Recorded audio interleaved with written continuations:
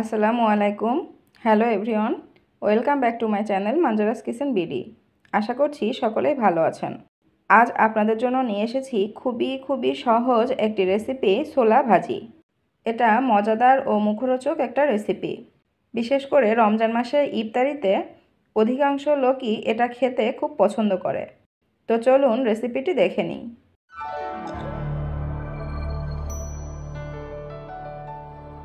ছোলা ভাজির এই রেসিপির জন্য প্রথমে একটা পাত্রে আমি 1 কাপ পরিমাণ ছোলা নিয়ে নিচ্ছি।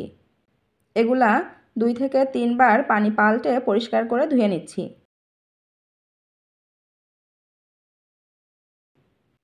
এবার এর মধ্যে ছোলার দ্বিগুণ পরিমাণ পানি দিয়ে এটা ভিজিয়ে রেখে দিব 7 থেকে 8 ঘন্টার জন্য। এই পাত্রটি একটা ঢাকনা দিয়ে ঢেকে এবার রেখে দিব। ফিরে এলাম 8 ঘন্টা পর। দেখুন, ভেজানো ছোলাগুলো ফুলে প্রায় ডাবল হয়ে গেছে। এগুলো পানি পাল্টে ধুয়ে এখন প্রেসার কুকারে দিয়ে সিদ্ধ করে নিব। প্রেসার কুকারে মোটামুটি 8 থেকে 10টি সিটি দিয়ে এগুলা একটু নরম করে সিদ্ধ করে নিতে হবে। দেখুন, আমি ছোলাগুলা প্রেসার কুকারে দিয়ে সিদ্ধ করে নিয়েছি। এই ছোলা ভাজি একটু নরম করে সিদ্ধ করে নিলেই বেশি মজা লাগে। এবার এগুলা এখন ভেজে নিব। তার জন্য চুলায় প্যান বসিয়ে দিয়ে দিচ্ছি পর্যাপ্ত পরিমাণে সয়াবিন তেল। এই তেলের মধ্যে দিয়ে দিচ্ছি 1/2 চা চামচ পরিমাণ জিরা।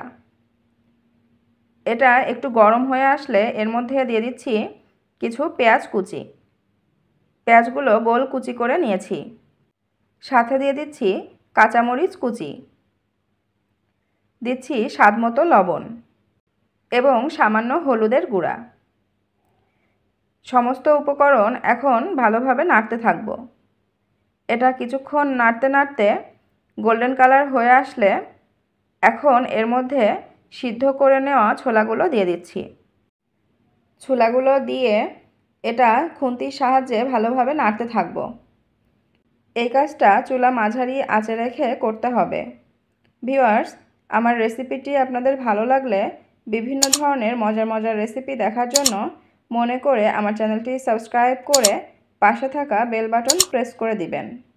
হাতে সময় খুব কম থাকলে কোনো প্রকার মশলা বাটাবাটির ঝামেলা ছাড়াই খুব সহজেই ছোলা ভাজির এই রেসিপিটি করে নিতে পারেন।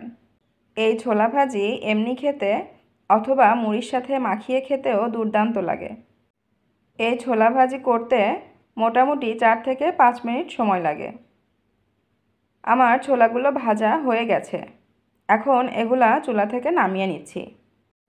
দেখুন ভিউয়ার্স, ছোলা ভাজির এই রেসিপিটি কত লোভনীয় দেখাচ্ছে। এগুলা সামনে দেখলেই খেতে ইচ্ছা হবে। আমার এই রেসিপিটি দেখে আপনারাও এটা বাসায় বানানোর ট্রাই করতে পারেন। আমার বিশ্বাস আপনাদেরও এটা খেতে খুব মজা লাগবে। শেষ পর্যন্ত আমাদের সাথে থাকার জন্য ধন্যবাদ। ভালো থাকবেন, সুস্থ থাকবেন, স্বাস্থ্যকর খাবার খাবেন। আল্লাহ হাফেজ।